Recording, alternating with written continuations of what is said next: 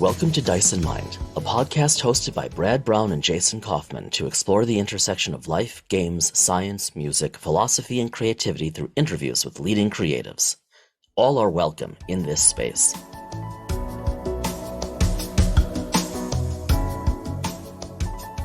So we have not recorded for a couple weeks now. So and you've traveled and a lot of stuff going on. So we've talked on the phone and everything, but we've been able to connect tonight and catch up on things that we haven't for a while. And I think it's been good because it's given us time to kind of process what we've done over the past year, as well as you know, our discussions with our guest tonight, Travis Baldree. I don't know, how has your last couple of weeks been? You've been extraordinarily busy. It's been good, thanks. So as we record, we're a little in advance, not too terribly far in advance this time. Just kind of playing catch up.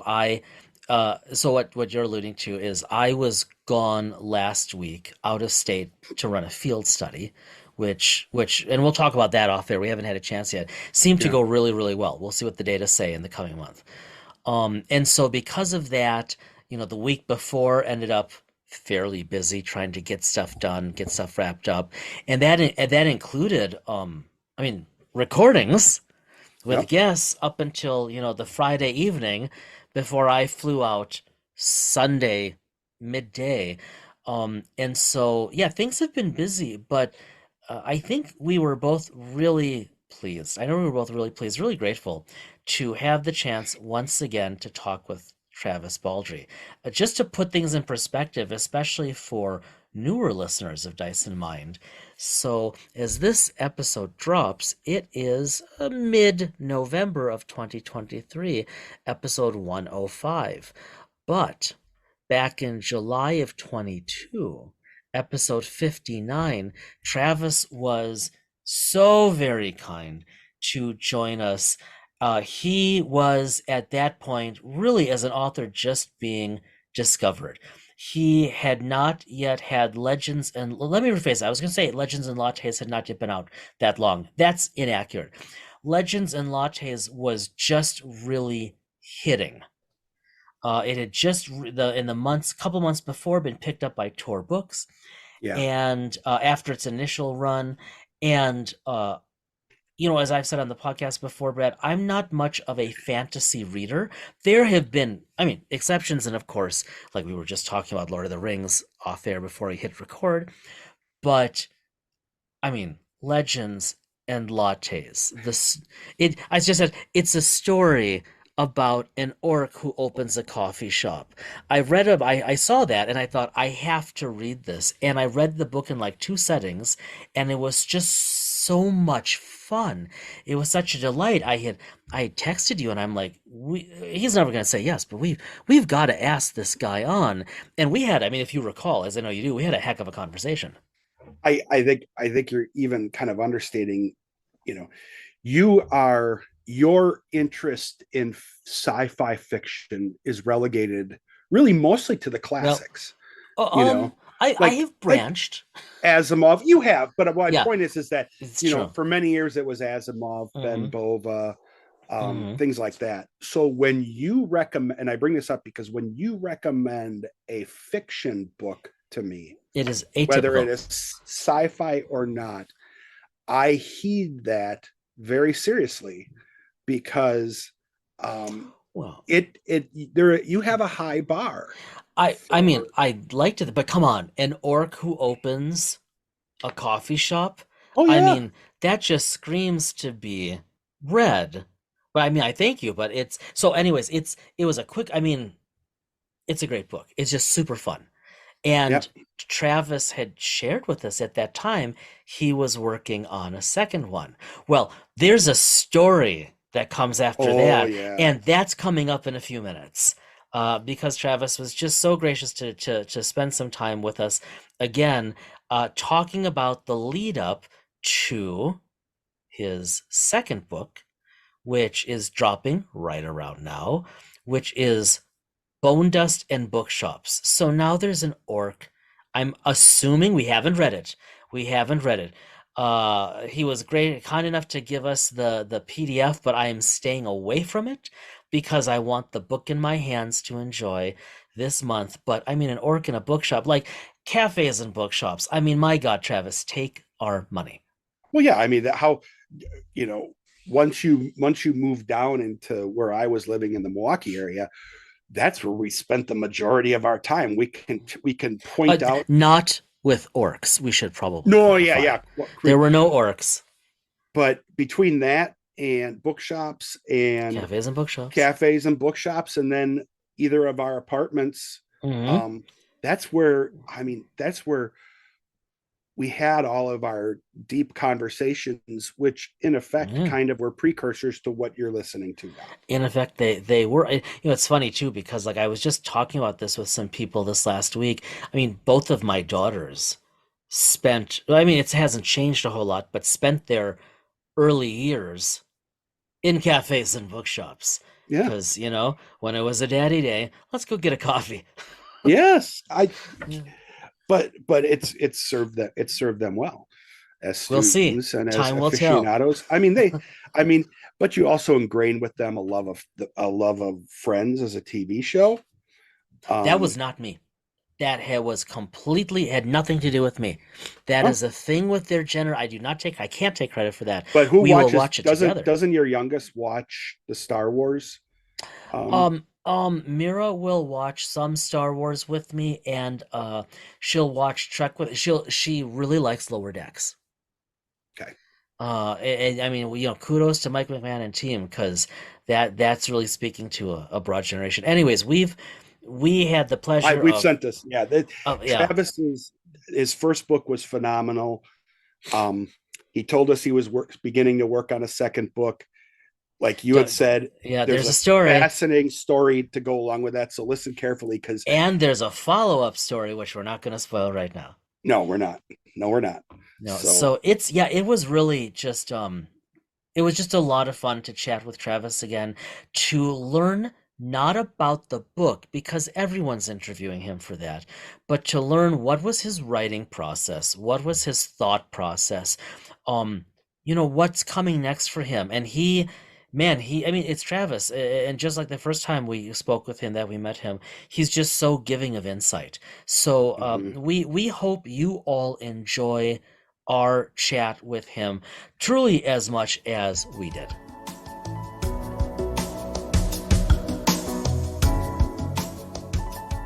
Travis Baldree is a full-time audiobook narrator who has lent his voice to hundreds of stories.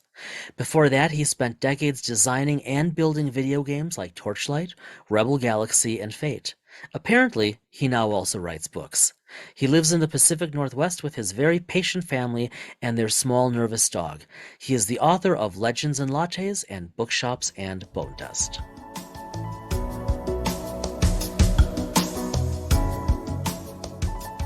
So about when Jason and I talked about this a minute ago, a little over a year and a half ago, we both came upon um, when we were searching when it was called Twitter, and we came across this book called Legends and Legends and Lattes. Lattes. And I was hooked by the title, so I had to investigate Well, it. yeah, because I mean, we're readers and we're coffee nuts, and it just clicked. Hmm. And so Hmm. we had an opportunity to talk to the author, Hmm. Travis Baldree.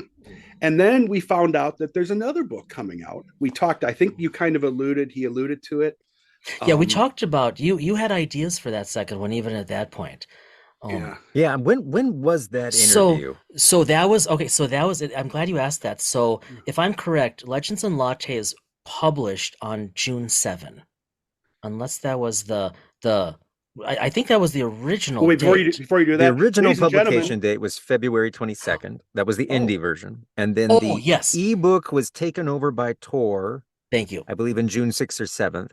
And then they Hmm. got the paperback reprint done in And that was November, I think the 7th again. So okay, and it was that's three when different dates. yeah, geez, that's right. And I didn't hear about it. I didn't see anything until the paperback from Tor. from Tor. And Mhm. because I remember, to answer your question the painfully long way, I remember I was like, this is too fascinating to give up. And I love the cover art. I order it. I sit down and read it. I think I read it in like 2 days. I call Brad. I'm like, there's no way he's going to say yes, but this book was a ridiculous amount of fun. We have to ask if he'll chat. And you were so kind to come on and chat. And that was July of last July year. 11th. I just looked it up because I was like, I have to know when this was. July 11th. So the second book had not been written yet. Right, but I remember you talking about you had ideas and Yeah, you didn't and know what was then going to they were happen. not the ones that it ended up being, Awesome. because it all went horribly wrong. Oh, Oh, really? are you willing to elaborate, or you just want to Oh leave it? yeah, yeah. Okay. So I'm pretty sure that the ideas I alluded to, and was that it was going to be basically fantasy murder, she wrote. That was what the second book Okay. was going to be, and I Yep. can't remember if I said that or I don't not. think you did. But that was what the book was going to be. Yeah. And when Tor picked up the first book, part of the deal for them picking up was that they also wanted a second book. And I Hmm. knew what I wanted to do. I had already had it in mind, and I gladly told them, and they were all on board. And I wrote about 30, I feel like I wrote like 30,000 words of that, and I hated it. Oh, wow. Oh, Um, and that would have been probably a month or two after we had an interview, I Yeah. believe. Yeah. Um, and I was horrified, and I couldn't. And I've said this before, but the real challenge for me was I felt really terrible while I was writing it, and I couldn't figure out if I felt terrible because people had expectations and I was worried about meeting them, or if there was something fundamentally wrong with the book. I just did Hmm. not know which feeling was which because I Yeah. just had never been in that position Yeah. before, and I just didn't think it was working, and I thought I had to spend so much of the book trying to make a mystery function. You gotta have the clue, and the people has to stumble across the information, like the machine has to function, and Hmm. then all the people kind of get lost. And the only thing I care about is the people.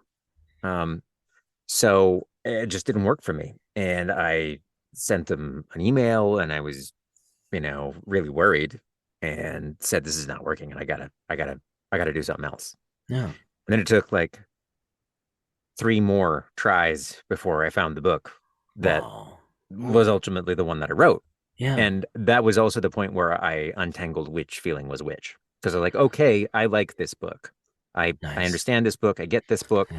I still have, a vague terror of not meeting people's expectations and disappointing people, but Yeah. that's a separate feeling from this works or does not work for me. And so that was Interesting. a relief to discover. Yeah. And that is ultimately the book that is now about to be Yeah. published. I finished writing it like a week ago, a year ago. Oh So my it's God. it's it's been done for ages. It's Right. weird. That that is okay. So Legends and Lattes, that the main protagonist, of course, was Viv, right? This wonderful Hmm. battle-weary orc who discovers coffee. I mean, that's so clever. But did all and we know from what Tor's released, we know that Bookshops and Bonedust follows Viv as well, right? Yes, it That's I mean, does. but did the iterations, the attempts in between, were you always coming back to her? No, in fact, Interesting. none of wow. them. She showed up tangentially in Okay. the initial book that I was going to write. Yeah. She was going to pop in. It was like a cameo appearance. But yeah, she was not the main character. It had a totally different cast of characters, and all of those books had something useful in them. I liberally harvested everything I could from Nice. all Yeah. of the wreckage of the Right. other books. And lots of those things showed up in the book I wrote, but it was not my intent to revisit her. And Interesting. because I kind of wanted to leave her parked. Yeah. I liked that she'd retired. I didn't want to mess the things up for her. Right. It feels like that spoils it, especially since it's ostensibly a cozy book. You want to Hmm. feel like when people land where they want to land, that you want to Right. leave them there. So, which is why it's a prequel.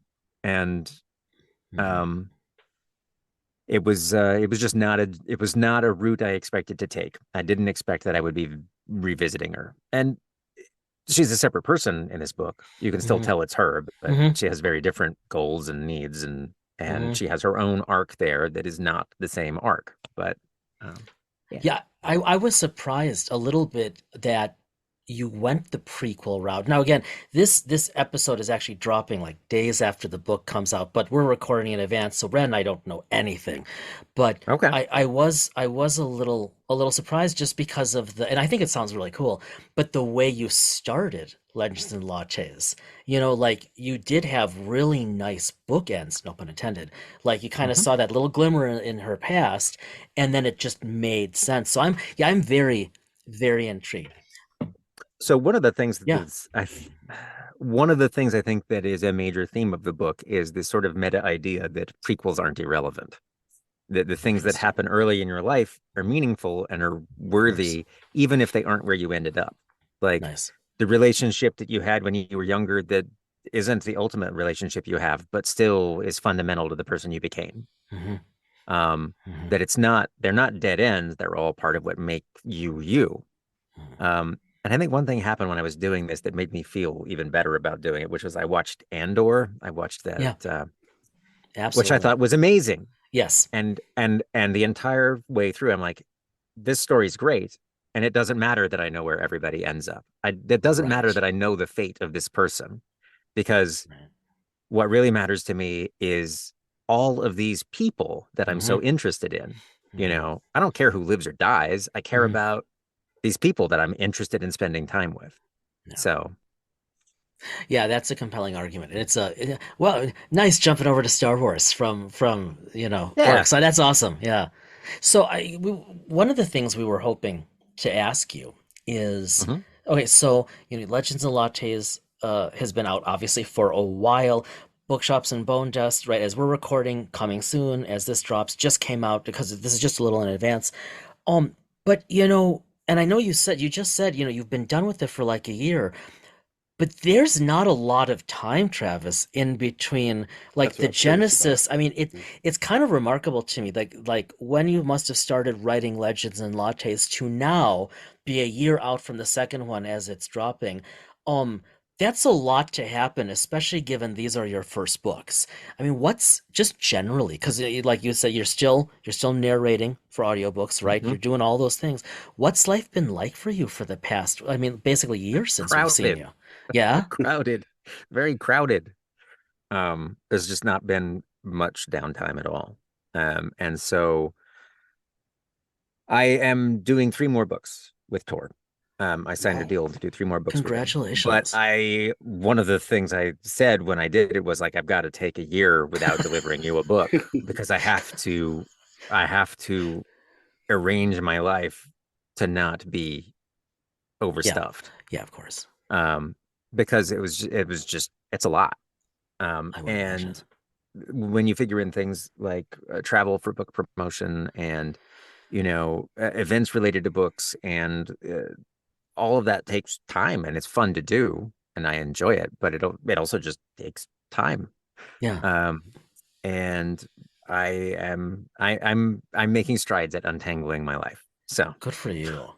I mean, that's but the so books are written relatively quick. I mean, the first book yeah, was written in a yeah. month, and the second one, if it hadn't had, several aborted Yeah. um, detours, took about a month and a half, um, because it's longer. Okay, wait, Um, when you say longer, how long are we talking here? Word the first one wise. I think was like 62,000 words, and the second one is like 82,000. So it's not like Oh my God. crazy, but No, it's a lean book. but a month and a half, I mean, come on. Um, but my process for them is the same. I write a chapter a night until it's done, and I don't stop because that's more or less what I have to do. That's My incredible. my chapters are relatively brisk. Chapters, in audio terms, it's like 15 minutes maybe, which is what But but you did, I mean, 20 you okay, but you have kept up now twice that burst of writing. You said in the evening, so that's in addition to work, to all Yeah, the narration. I mean, that's not just that's what I'm doing for a month. That's in addition to like life. yeah. You do that in the evenings. Yep. Yeah, that's incredible. Which Now, is not oh, ideal. I mean, I would prefer to have that month where I don't have audio to work on and I can just sit down and work on yeah, the book. right. Um, I'll discover that it's really critical that I have to write it in the evening after I've already spent my day and I feel like this intense time pressure. Maybe that's the only way I can write. I don't Right. know. Yeah. I don't have a large enough sample size yet. You're about to. Yeah, I am. So, sorry, but before you jump in, Brad, and then I'll stop. But, Mhm. and I don't know if you can even answer this, and if you can't, don't worry. But you said so you've contracted for three more books. Yeah. Is that a trilogy, or do you have carte blanche to write what you want to write in that regard? I can Oh, do whatever I want. I can Yeah, do whatever I want. yeah. I will write at least one more book in this Oh, cool. world. Yeah, good. Um, I'm kind of sticking with they're in a series, but they stand alone sort of deal because that's the way I prefer to read books. Yeah, yeah, I just want a nice. story when I'm done reading a book. I hate having a Mhm. cliffhanger and then I wait another year for a book and I don't remember what happened. I just don't like to read that way. Fair. Very cool. just going back to you're writing a chapter a night, and this is kind of minutia, but I'm fascinated by writers. When you're planning this out, even when you were planning out the other attempts that just didn't work out for you, you know, are you outlining? How are you kind of, because if you're going through like a chapter a night, that's just, That's I crazy. mean, I don't have the skill to do that.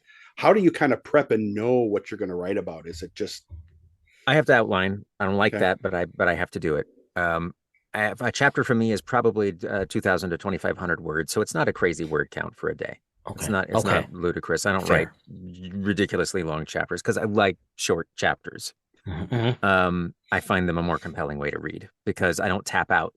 Yeah, right. And then if I get to the end of the chapter, the point is made, and then maybe I want another one, and I'm like, well, I don't have to go too far. Yeah, I don't know. I like that sort of pacing.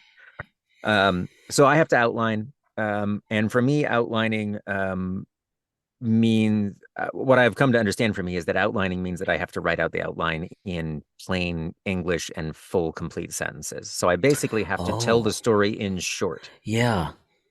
Because I find that for me, that solves a lot of problems. If I make like 4 bullet points, the things that have to happen in chapter 4, there's a lot of connective tissue in there that if I don't think my way through it, when it comes time to figure that out while I'm actually writing, I get stuck.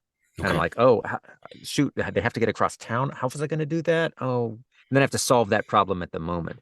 But if I have to tell it like I was telling somebody at a table, the story, so that it would have to make sense to them, Right. then I end up having to solve in a very brief way all of these problems at a high level. And it gets out of my way when I have to write. That doesn't mean I don't still have gaps or discover that I didn't cover something I needed to cover, but it takes a lot of um Yeah. that like stage direction out of the picture for me. And is that done before then you sit down for that month and a half of writing? Yeah. It Okay. usually takes, several days to do. Um Okay. Before that I have to have the idea, I have to have the concept, and I have to Right. know who my characters are and Mhm. what's the central, conflict for them. What's the thing that is going on in their life that they're wrestling with that is the engine that makes it go.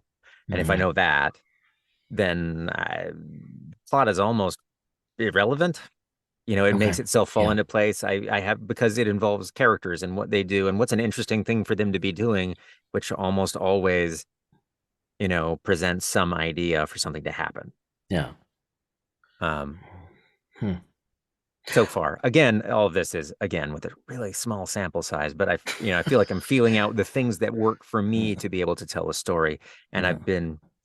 I've been surprised at how little like planning the individual chapters take. It's just it's almost like holding onto a bar of soap. It's just about to Mhm. slip out of your hands, and you're just like keeping a grip on it till the end. And if So, okay, you keep saying you've got a small sample, and yeah, sure. The book wise, it's an N of two. Chapter wise, it's a whole bunch of chapters, right? I'm curious the your writing process and your thought process around it. Did that change much from the first to the second book? um, I I think that I had realizations. Like I thought I could just write a if I thought that I could use the steps that I had made process wise to make sure that I could just write a book and it would be fine. But I Mhm. discovered with the mystery attempt that that was not the case because I had a very rich outline for it. It was like 10,000 words of outline. I knew everything Oh, that happened, yeah. but when it hit the page, it's just I had prioritized wrong what's important to me.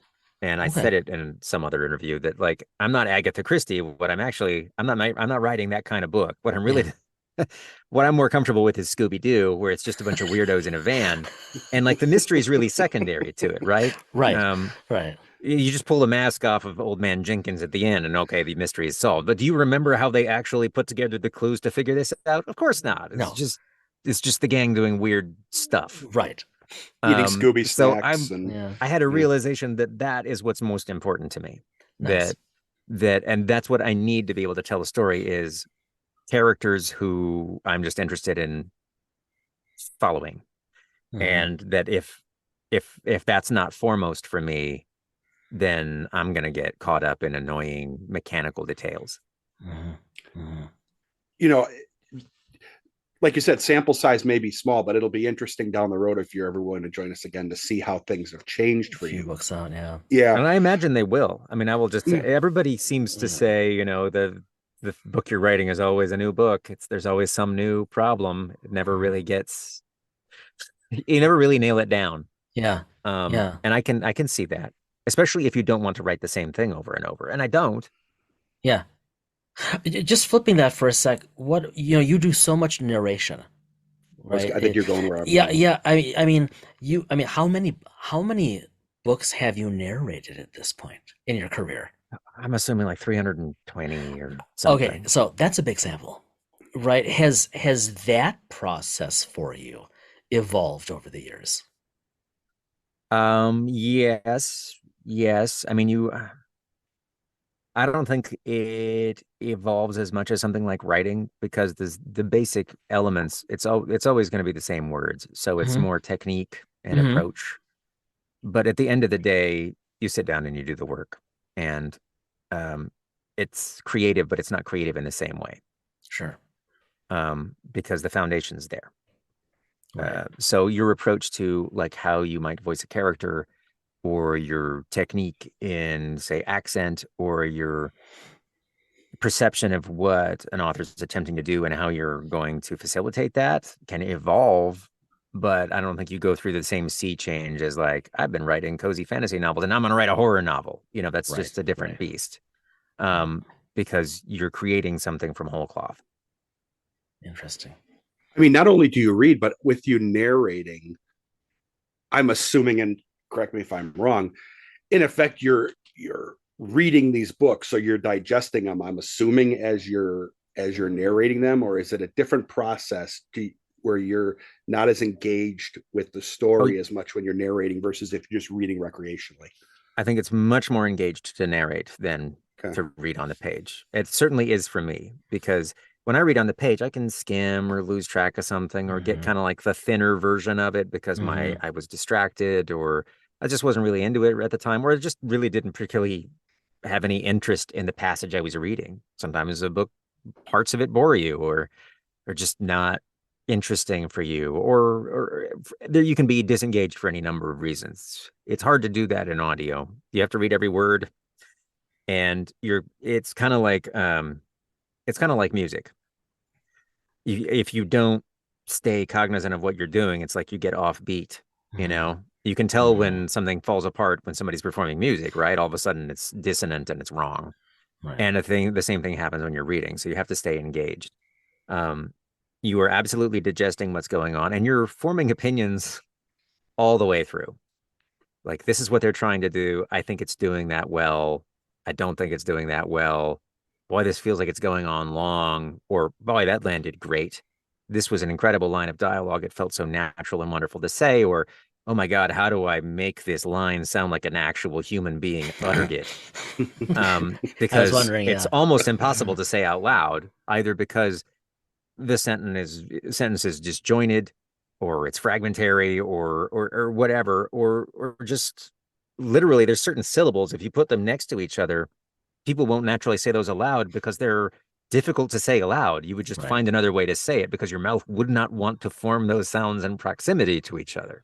Right. You can always tell authors who have read their dialogue aloud versus authors who haven't, or authors that have a really good ear for dialogue and are hearing it aloud in their heads before they put it on the page. There's a real distinct difference. So you're observing all of these things as you're reading, and you ingest all kinds of lessons as you do that that are really, really um, potent when you come to write, because Hmm. That's what I you've was basically wondering. done an ongoing critique, Man. both positive and negative, with all of the words that you've churned through. It's hard not to take things from that unless you're not paying any attention at all, in which case you're Right. probably not a very good narrator. I, I want to phrase this in a way where you can't possibly get in trouble. So whether it's professional, recreational, whatever, are there any authors over the years, and maybe this is just from you reading, but because you're a writer, because you're a narrator, you've got these insights and these experiences. Are there any authors these days who you think just really write, they handle the written word particularly well in terms of the way it lands? I'm not talking in terms of plot or description, but Sure. just, you know what I mean? Like, I mean, I know I can think of quite a few. I'll give you a popular one first that everybody knows. Stephen King Mhm. writes sentences that are Yeah. made to be read aloud. Okay. And I think that I am of the opinion that the written word is really an imperfect version of the spoken word, right? Interesting. We had Yeah. stories before we could write. Right. We invented the written word to try and nail them down to a page. Hmm. And all of the everything we have to do with punctuation and italicization and everything else is a way to try and capture something that somebody can do orally, Right. but it's Right. not the same. It's like a Xerox copy or something, you lose fidelity as you go. Hmm. So I think that when you read something that is easily read aloud, that is like a really good indicator of strong writing to me, Yeah. because it's reproducing the elemental way that a story should be told. So I think Stephen King can be read aloud incredibly well. His sentences just work. His dialogue just works. They're just a pleasure to read. The actual act of reading is pleasurable because they fit into your brain just right. It's like a puzzle piece slotting into the right spot. Yep, that's the way those words need to go for it to feel correct in my head. Um, Authors that I narrate for, Will White is a very readable reader. He's really good at it, and he approaches it like work. And all the authors I know that I have talked to about this really do approach it that way. They have a very strong focus on craft and Yeah. the business of writing, the day-to-day work. When you're not inspired and you're just sitting down and doing the thing, they're very Hmm. cognizant of that. Hmm. Kyle Kieran, who writes the Ripple System series, is also just a reader's writer, as far as I'm concerned. He has easily the funniest dialogue I have ever read. He's one of the Wow. funniest authors I've ever read, and I think a real good hallmark of that is an author that can write a long series that continues to be funny for new reasons as you go, without recycling its jokes. It's introducing new and entertaining long-term jokes that feel very natural and they're just a delight to read. Um, so I'll give you I can't give you an example of the writing because I don't have it sitting in front of me, but Yeah. Yeah. the Ripple System series is a series about it's a gamelet series. It's about a guy who inherited a business from his dad, very wealthy, and basically tanked the business by being a good guy. And as a result, the board ousts him. His dad comes back in to save it, dies of a heart attack. So the guy's a pariah, but has all this inherited money. And he's just like, my life is shambles. Everybody knows me and loathes me. And this new game comes out that has like immersion pods. And he buys up and takes some of his wealth and he buys up the entire early access period. So he has exclusive access to the game. Everybody hates him even more. But he's like, I'm just never going to log out of this game ever. I'm just going to start a new life. I'm going to give myself the best head start I can. And he does this. The CEO of the company is incensed because he just ruined their early access. And so he gives him a poison pill, which is Frank the Axe. And Frank the Axe knows everything there is to know about the game, but hates Ned. So he gives him a sentient axe that hates him, that knows everything, and has basically the personality of Danny DeVito in It's Always Sunny in Philadelphia. And at the same time, he needs somebody to help him. So he has an automated house, which has an AI named House. that runs his house, and he has her log into the game and pretend to be a person so that he has another character to adventure with. And she's great because she doesn't know how to be a person, and she has to run on like low cycles while she's in the game so that she doesn't just dominate it. So it's kind of like the weak sauce version of his house AI learning to be a person and trying to pretend to be a person. Like she stands awkwardly close, and when she lies, her teeth itch and she scratches them. And she does basically a Naruto run because she doesn't know that she's supposed to use her arms. And then she turns out that she's also a cat lady. She's really attracted to cats. Anyway, these characters are all in this. And I mean, you can already, you're already laughing. Yeah. Because you can just see the you can see the humorous possibilities. Yeah. And it's just hysterical. It's great. And he's one of those authors who reads out loud. In fact, after he heard me read Frank out loud, now he tries to do the Frank voice when he reads the dialogue so he can make sure that the humor lands just right. Oh, that's cool. And so I've really gone off road here talking about not authors. Not at all. But that's sort way of, to pitch your I own noticed book. those sorts of things. I noticed those sorts of things. Yeah, and well, yeah. they're really apparent if you're reading a book out loud. You just can tell. Like I've read passages of Stephen King stuff, and it's just like, it's just a joy to read aloud. Do you I was wondering about that. Do you ever, like when you're reading for the sake of reading, not work, do you ever read aloud? I don't. I wish I did, but I don't usually come into my box to read. If I had infinite time, it takes a lot longer to read aloud. I'm a fast page reader, and I have limited disposable time. Right. So I don't read aloud. But in a perfect world with infinite time, I would read every book that I loved aloud to myself because that's the way to get the best version for me. Yeah. When my girls, I mean, my daughters are both in high school. One's applying to college now, but when they were little, around the breakfast, around the table at breakfast, when they were be going off to school or in the evenings, I read aloud the entire Harry Potter series to them. And it's a long process. And I discovered my retention for reading aloud, especially trying to enunciate to make it interesting for them, was just shot. Like I have a really good memory for books, except for those 7. Interesting. I can honestly not tell you much of what happened other than the major plot points.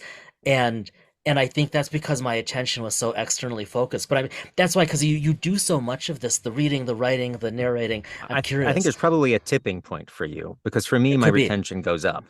Interesting. But I don't have to think hard about what I'm doing. You build up instinct, right? It's all just you're piling knowledge on top of knowledge and experience on top of experience to build instinct. And once you have instinct, you act instinctively, and you're absorbing what's going on, as opposed to, oh God, am I doing the voice right? Can I do this with a British accent right now? Once you've done a British accent for hundreds and hundreds of hours, you don't think about it, and you're like, oh, how would a British person say it? You just got that. Okay, so I think there's a tipping point. I got a really stupid question. Really have you ever gone out? Because you can do these voices and these accents. Have you ever gone to a coffee shop and say, okay, I'm going to play the Brit? And no, I never have. but now that you bring it up, no, never once, because I might go back. And then be like, wait a second. Well, that's the best way. That's the best way to mess with someone's mind. Weren't you in here as a Brit? Weren't you British? Right. No, what are you talking about? So now this time around, we were talking about this before we hit record. You're going on tour. You're going on a road tour for this book. And you may not be able to talk about it too much. Maybe you can. And I think you might be on the road as it drops. Where are you heading? Yeah. I start here in my hometown. I go to Seattle. I go to Tempe, Sacramento, St. Louis, New York, Portland, Maine, Toronto, Pittsburgh, Austin. Yeah, well, all over. There's another one or two in there. Bookshops and/or universities. Usually it's bookshops. Okay. It's almost always a bookstore. Nice. they get lots of requests for you to show up at bookstores, and they kind of, Mhm. I think they try, they just put them in a box and like, okay, we'll try and map something out of this, and you can't go to every place, Yeah, of course. but uh, Yeah. they try and hit, sort of around the country to Yeah, get of some course. reasonable coverage with the time Yeah. you got.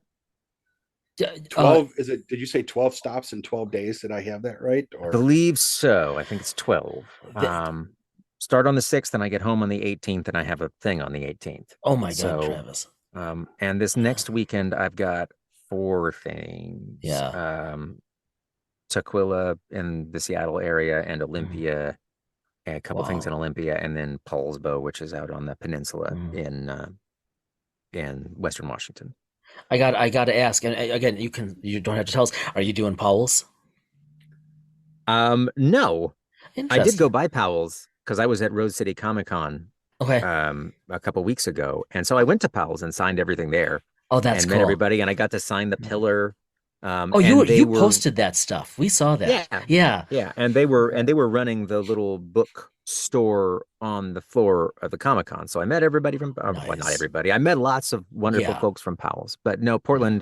Portland, Oregon is not a stop, just Portland, Maine. Oh, that's cool though. That's okay. But That's I, too I bad. I would love to do something at Yeah. Powell's, Yeah. and I think they would be fine with me doing that if we work out the timing. Yeah. When you are going, is it, and this is just sheer curiosity on our part, is it just you or is there someone who's coming with you for Yeah, it's just me. support? It's just Man. me. Okay. That's just intense. It's me and whatever Uber drivers get me from, the airport to where I got to go. Nice. wow. Nice.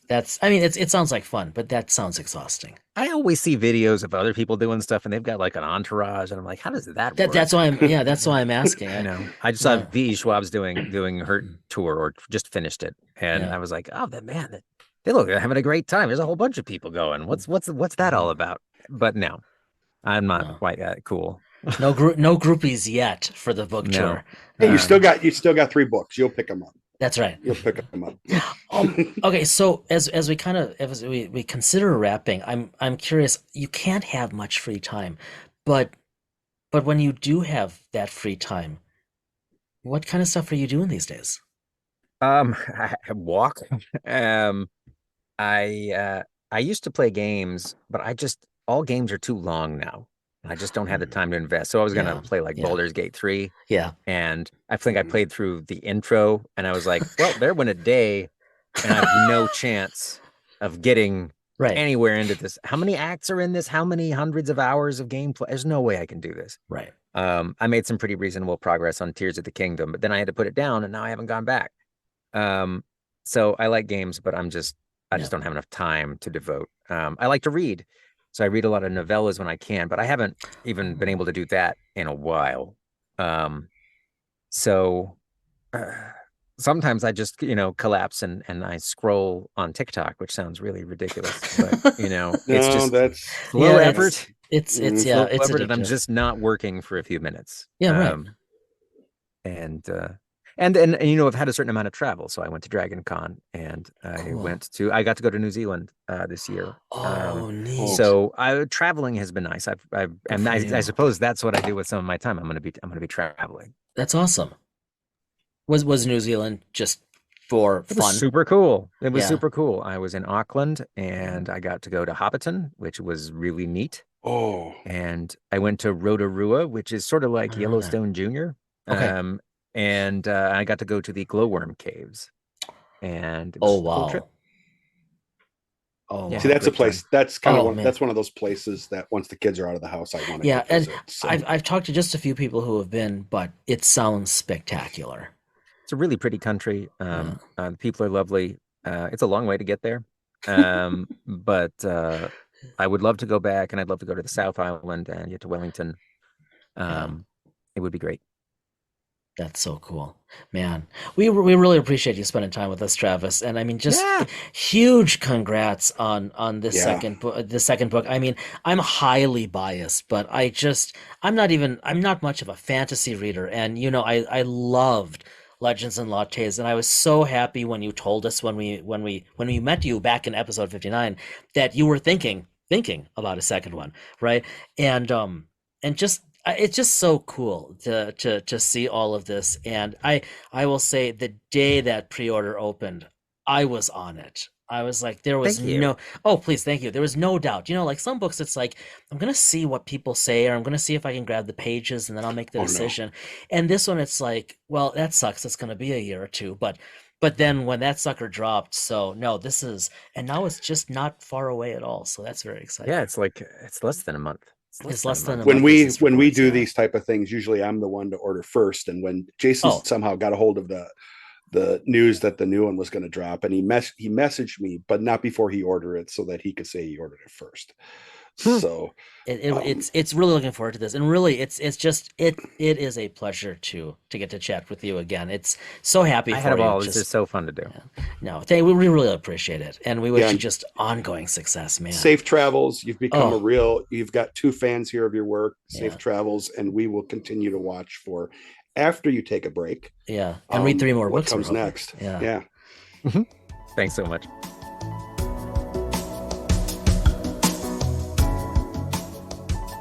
fascinating.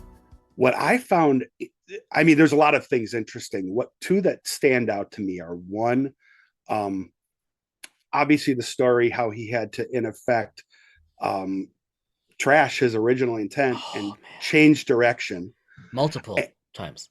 and two, how fluid and fast and creative his process is to write. I mean, there's no way I could do that. Um, but like he was saying with writing smaller chapters, you know, Yeah, that was provocative. That made a lot of sense. And I mean, selfishly pleased to hear that he does some significant outlining. yes, But still, like, I just sit down and write it. Okie doke. yeah. I mean, I again, I'm always fascinated as to the the ingredients and recipe that authors use to make to write. Yeah, And just listening to him talk about, and we asked the question, how does he prep outlines, and then how he just starts writing. Um, hmm and and I know it's difficult, Travis, but you make it sound so easy. Yeah. Um, And and thank you for the books. And thank you ahead of yeah, time for the books you are eventually to write. yeah, Man, oh man. yeah, because a multi book deal now. hmm I know we caught him just before he was going to do his Oh, what, 18. Was it? 12? 12, I was thought it it was 12? 18. Maybe it was 18. It Yeah, was ridiculous. yeah, one a day traveling Oh my nonstop. God, can you imagine? I couldn't. I don't have the constitution to be able to do something like that. So What one of our subjects last week during the field study, I was walking with them and they were like, they asked, "So do you travel a lot for work?" And I'm like, "No." I would be, and I'm for me, I'd be totally fine with that too. Yeah. So No. yeah. So thank Travis. Phenomenal discussion. We would love to have you as a 3-time visitor. Three, Um, three or six, really, yeah, you'll be every hearing time a from book us with comes each of out. these books, right? Yeah. So yeah, thank you again for the time. It was phenomenal.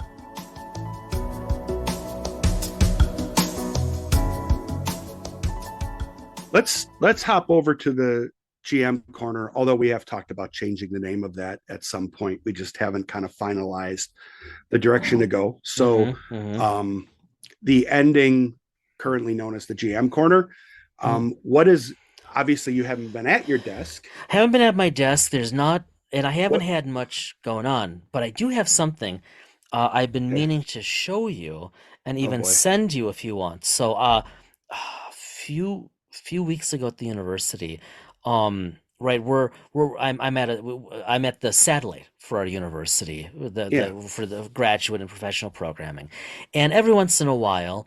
There's a table, right? We have the top floor of a building because that's where where we are. And every once in a while, different offices with extended ed, they're hosting things. Well, and I was walking past because I thought there might be chocolate, and I found something better.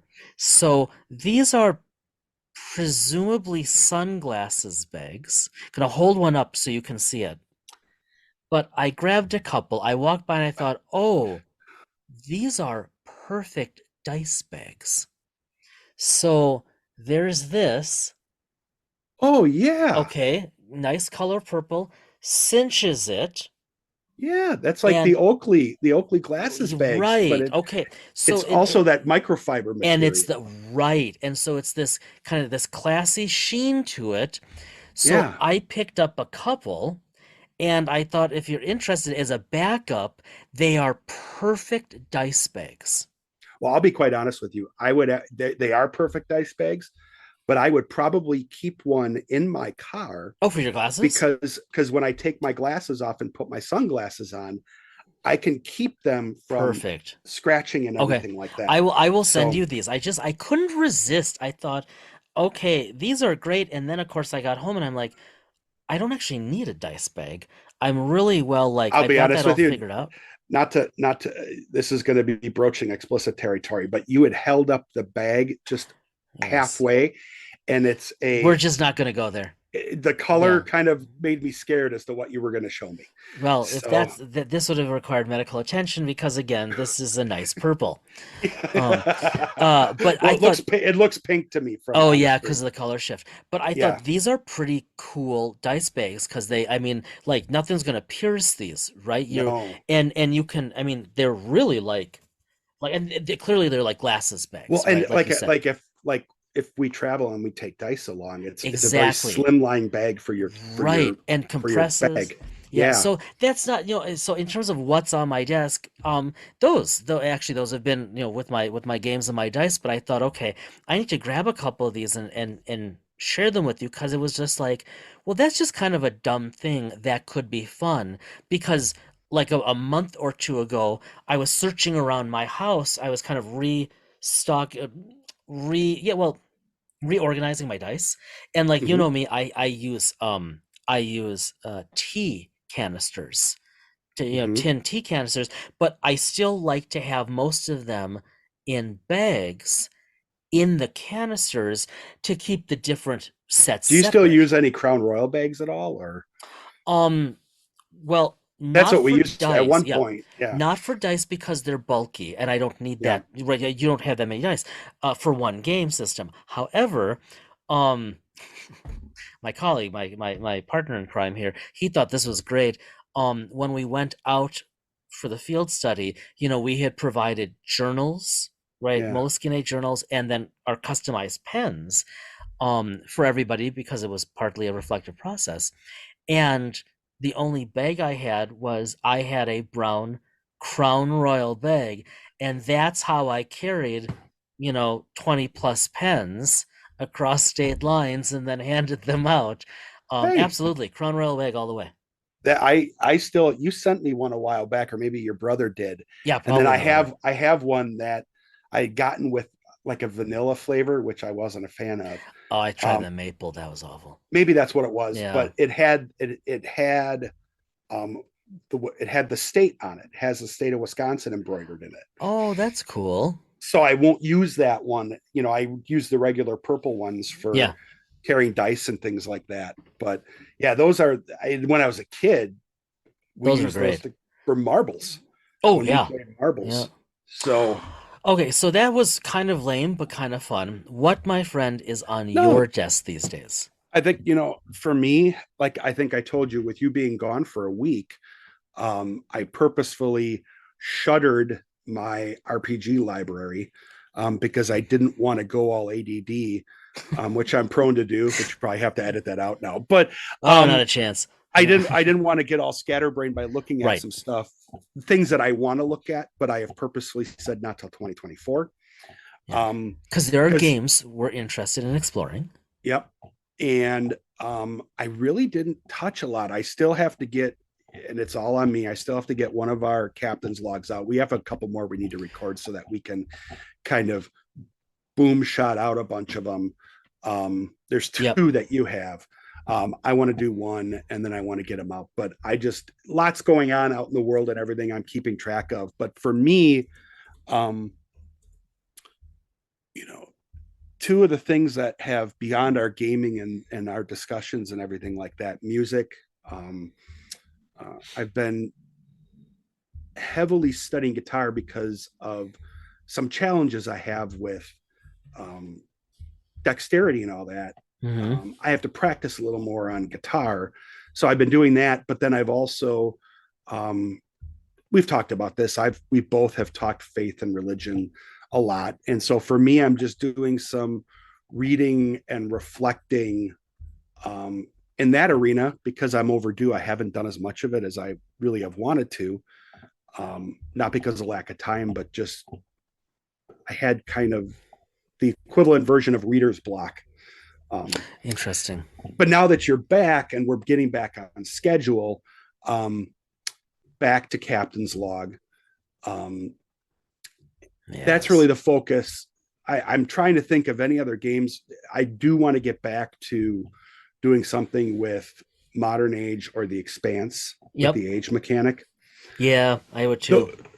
Those are really the two um, that In I've been thinking about. in fact, if Troy and Malcolm and the other good people at Green Onion are listening, I was just chalking up last week in the field, no less, the elegance of the age mechanic and dice, and 3D6 just system. Yeah. how that 3D6 system is just beautiful. That's the one thing that I've been doing that has been dice related. I've mentioned before that I'd like to do sports replays. Yeah. Um, Companies like Stratomatic, APA, it's pronounced APA, but it's APBA. They have, you can roll dice and do sports replays for football, basketball, baseball, football, basketball, hockey. Mhm. And there's a gentleman that was a big fan. He's obviously an analytical mind, and he wrote about 6 or 8 different dice mechanic oriented games that you can play Man, related to baseball. man. Unfortunately, he passed away earlier this year. And as part of one of the things he wanted done, he wanted all his games sent out into open source so that other people could enjoy them and use them. There's 2 that are going to be continued on by someone. So he wrote these baseball games using 2d6, 3d6, and 4d6. He said, I'm a big fan of a 6-sided die. Apparently. And so I've been doing some just generic replays. And ironically, I have kind of a bigger printer here. I bought some perforated cardstock so I could print off these cards Nice. and perforate them and do it myself. So between those 3 things, that's kept me busy while you were gone. But it's time to get back into some gaming. We're Yeah, it coming is. up on the end of the year. It's I always a good know. time as winter comes to make sure the dice are on the desk because it gets Yep. cold. Um, so yeah, Yep. we have a lot going on. I'm excited for all that we have happening with interviews and stuff through the end of the year and our Hmm. talk about mental health, which is important. Always end of the year. Yep. Yeah. Our final episode of the year and our initial episode of next year are going to focus on mental health. Yeah. Yep. Absolutely. All right, everybody. It's good to be back recording. You haven't noticed the hiatus, but for Brad and me, there is a bit of a scheduling hiccup on my end. So it's great to be back. Not a hiccup, Oh, just not a life. hiccup. Just Yeah. not a hiccup. Just an expansion of our recording schedule. You are quite right. All right, everybody. You know the deal. Be well, stay well. We will see you in a couple of weeks.